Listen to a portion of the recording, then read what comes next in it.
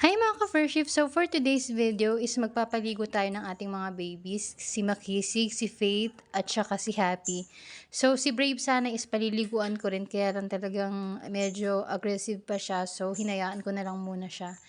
Okay naman silang paliguan, behave naman sila and very cooperative. Kaya lang si Faith talaga medyo hirap akong paliguan kasi talagang ayaw niya ng ligo. Pero napaliguan ko pa rin naman.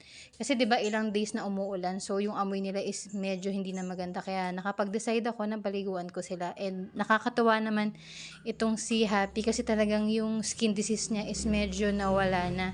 Napaka-effective talaga yun ng sulfur soap na ginagamit ko sa kanya. So, una muna is yung powder muna, tsaka bareta, and then after yung sulfur soap na.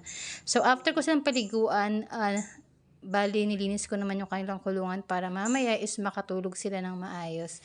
So, nakatapos na nga po sila ng kanilang pagligo, and after is naglagay ulit ako ng pagkain para sa kanila.